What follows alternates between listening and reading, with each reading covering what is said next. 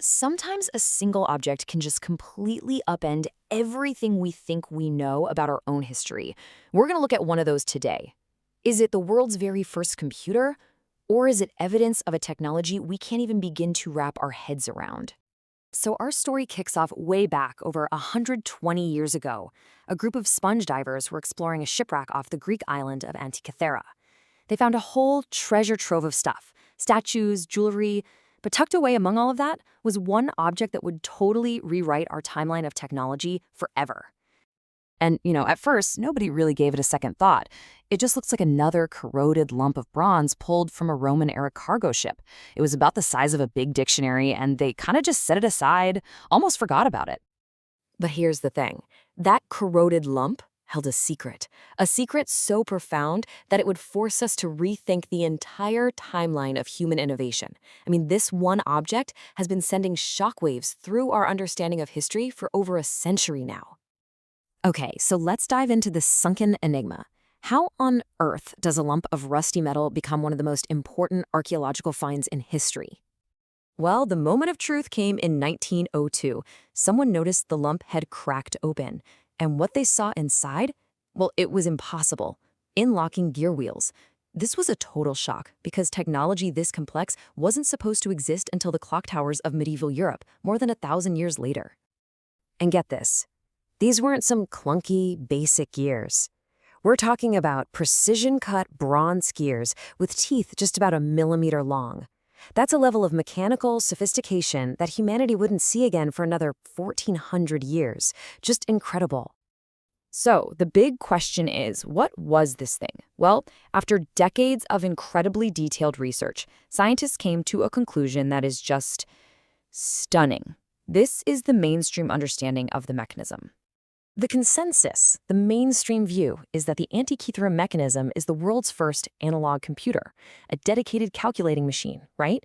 Designed to model the heavens themselves, using nothing but a crazy complex system of bronze gears. So, how did it actually work? Well, it was surprisingly straightforward. You turn a handle, and you could wind time either forward or backward. The incredibly intricate gears inside would then calculate the complex movements of the sun, the moon, and the planets, showing you the results on different dials. They could even predict eclipses and, get this, track the cycle of the Olympic Games. But wait, how could we possibly know all this from a chunk of metal that's been at the bottom of the sea for 2,000 years? That's where modern science comes in, and this is so cool. They brought in a massive 8-ton X-ray machine to the museum in Athens. It didn't just reveal all the hidden gears in 3D, it also found thousands of Greek characters inscribed all over its surfaces. They were basically reading the original user's manual for the cosmos. And the capabilities it revealed were just mind-blowing. I mean, it didn't just track objects in the sky, it modeled complex astronomical theories, like the fact that the moon's orbit isn't perfectly regular. This proved that ancient Greeks could mechanize their scientific knowledge, a huge technological leap that we thought happened much, much later in our history. And that's the story you'll find in most textbooks. A brilliant, forgotten piece of Greek engineering.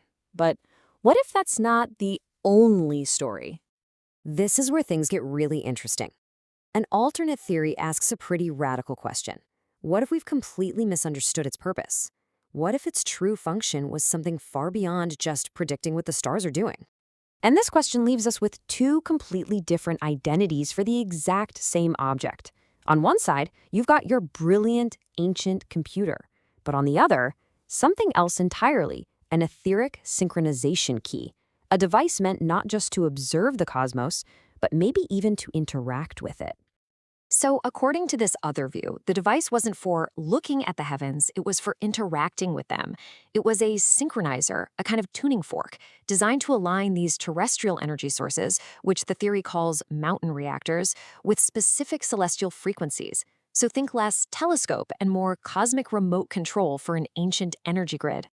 Yeah, this theory puts the mechanism into a completely different history, one that involves a lost civilization, a global cataclysm they call the mud flood, and technology from a timeline we've totally forgotten. Okay, so we've got one physical object, but two wildly different stories.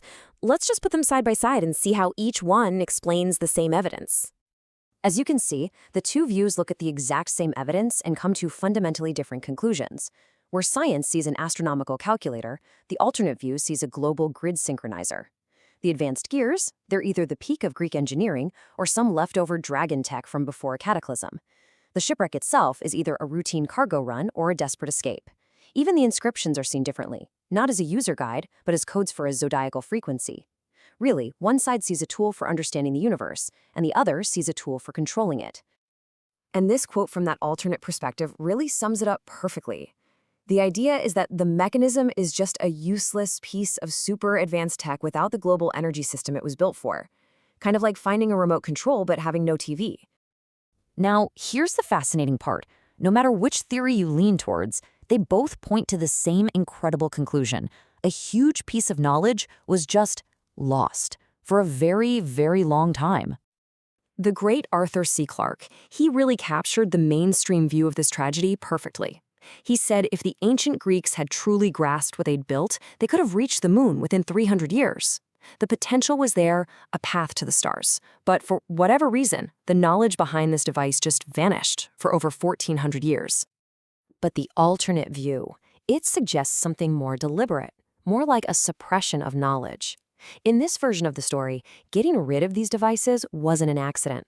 It was a way to disconnect people from a natural cosmic rhythm, what they call true time, making them vulnerable to a new, artificially imposed history and calendar. But here's where both stories meet. The Antikythera Mechanism, no matter what it was, tells us that progress isn't this clean, straight line always pointing up. It's a messy path, with these incredible peaks of innovation that can be followed by long, deep valleys of forgotten knowledge. And that leaves us with one last really big question to chew on. Is our history really a steady march of progress? Or, as this incredible device suggests, is our past littered with these forgotten flashes of genius, with other amazing technologies still buried, just waiting for us to find them?